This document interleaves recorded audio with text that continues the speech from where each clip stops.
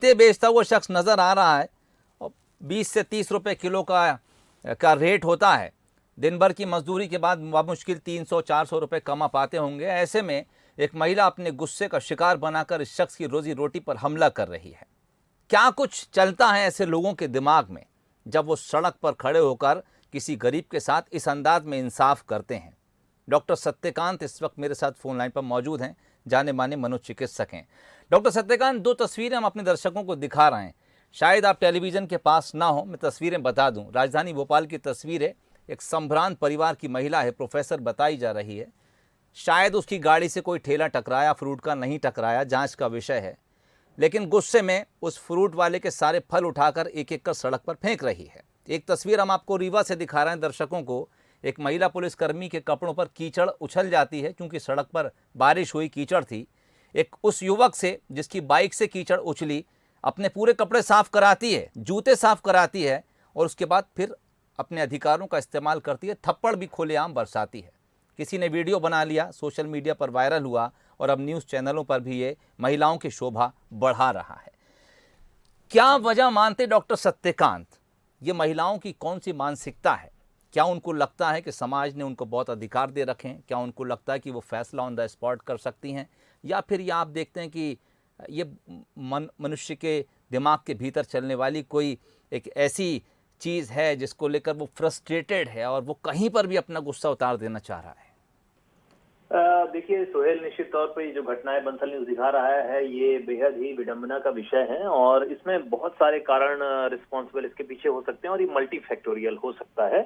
लेकिन जहां तक हमने बात करी, जो कानून हमने महिलाओं की सशक्तिकरण के लिए दिए हुए हैं ताकि महिलाओं पर हो रहे अत्याचार जो सदियों से होते आए वो कम से कम हो, निश्चित तौर पर उसमें जो सबसे पहली वजह दिख रही है यहाँ पर, वो तो सबसे पहला यही दिख रहा है कि पब्लिक की सिंपैथी जेंडर बायस होगी, हमारे साथ में होगी, हमें कोई कुछ नहीं कर सकता और जो भी है वो हमारे से कहीं ना कहीं शक्ति में कम है। पहले वाले में हम देख रहे हैं कि उसमें अमीरी गरीबी से जुड़ा हुआ मामला हो सकता है, दूसरे में पुलिस और आम जनता का मामला हो सकता है। दोनों ही जगह जो सामने वाला है उसका परसेप्शन ऐसा है कि वो ज्यादा शक्तिशाली है, कहीं पर वो पैसे में ज्यादा बलिष्ठ है या कहीं पर वो उसको ऐसा लग रहा है कि उसके पास पावर ज्यादा है, इस वजह से है। तो और दूसरी बात आती है कि जब हमारे पास पावर होती है तभी हमारे व्यक्तित्व का असली परीक्षण होता है, क्योंकि अगर हम वहां पर विवेक से काम लेते हैं तो हमें ऐसा मानते हैं कि हम ना, हमारा व्यक्तित्व जो है वो संपूर्ण है, हमने व्यक्तित्व को भी ग्रो किया हुआ है। लेकिन पावर आते ही अपनी जो समझ होती है अगर वो गलत डायरेक्शन में जाती है, हम उसका मिसयूज करते हैं, तो ये बताता है कि हमारी जो पर्सनालिटी, हमारा जो व्यक्तित्व है वो कहीं ना कहीं खोखला है।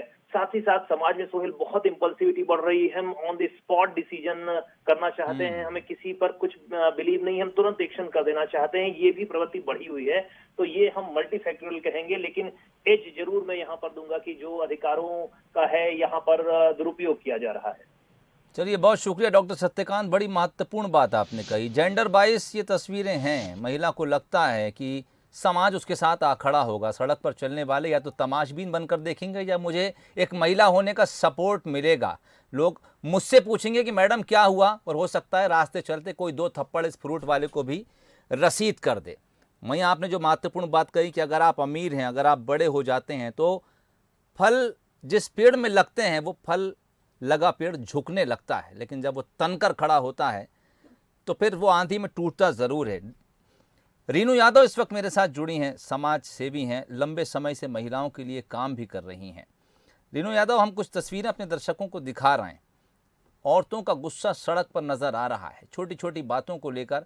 एक महिला या तो एक फ्रूट वाले के सारे फल उठाकर ठेले से नीचे फेंकती सड़क पर नज़र आ रही है, दूसरी तरफ एक महिला अपने जूते साफ करा रही है जो कीचड़ से खराब हो गए, फिर थप्पड़ बरसा रही है उस युवक के ऊपर।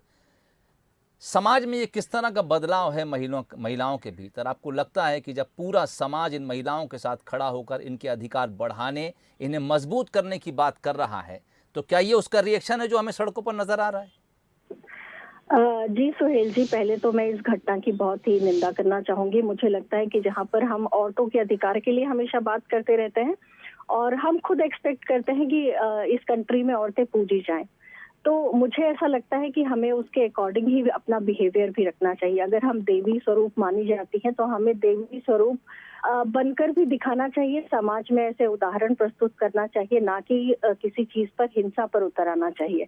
मुझे यहाँ पर ऐसा लगता है कि हमें अगर हिंसा करनी पड़ रही है तो वो हमें हमें अपनी आत्मरक्षा के लिए करनी चाहिए, ना कि किसी कहना चाहिए कमजोर वर्ग को दबाने के लिए या कोई तमाशा बनाने के लिए। ये मेरा पर्सनल व्यू है इस मैटर पे। बिल्कुल ठीक। और मैं साथ में ये भी कहना चाहूंगी कि अगर आप शक्तिशाली हैं, अपने आप को आप महिला या शक्तिशाली मानती हैं, तो हमें समाज के साथ उसी शालीनता के साथ बिहेव करना चाहिए, ना कि इतना उद्दंड होकर या इतना हिंसात्मक तरीके से हमें अपने से नीचे वाले तबके के साथ बिहेवियर करना चाहिए। मुझे कहीं ना कहीं इस घटना का बहुत ज्यादा खेद है कि हम महिलाओं ने ऐसा कहीं उदाहरण प्रस्तुत किया है कि जहां पर हम लोग अपने कहूंगी कि अधिकारों का दुरुपयोग करते हुए ही नजर आ रहे हैं। अगर हम अधिकारों की मांग करते हैं कि हमें अधिकार मिलने चाहिए या जेंडर बायसनेस खत्म होनी चाहिए या जेंडर इक्वालिटी आनी चाहिए, तो मुझे लगता है कि हमें जो समाज हमें रिस्पेक्ट दे रहा है, हमें उसका सम्मान भी करना चाहिए।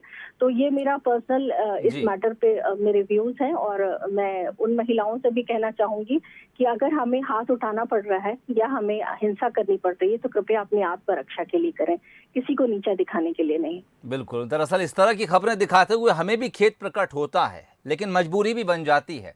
दरअसल समाज में जब इस तरह की तस्वीरें मैसेज देती हैं तो फिर सवाल पूछना ज़रूरी हो जाता है। रीनू यादव, बहुत शुक्रिया हमसे बातचीत के लिए। तो महिलाएं क्या अपने अधिकारों का गलत इस्तेमाल कर रही हैं?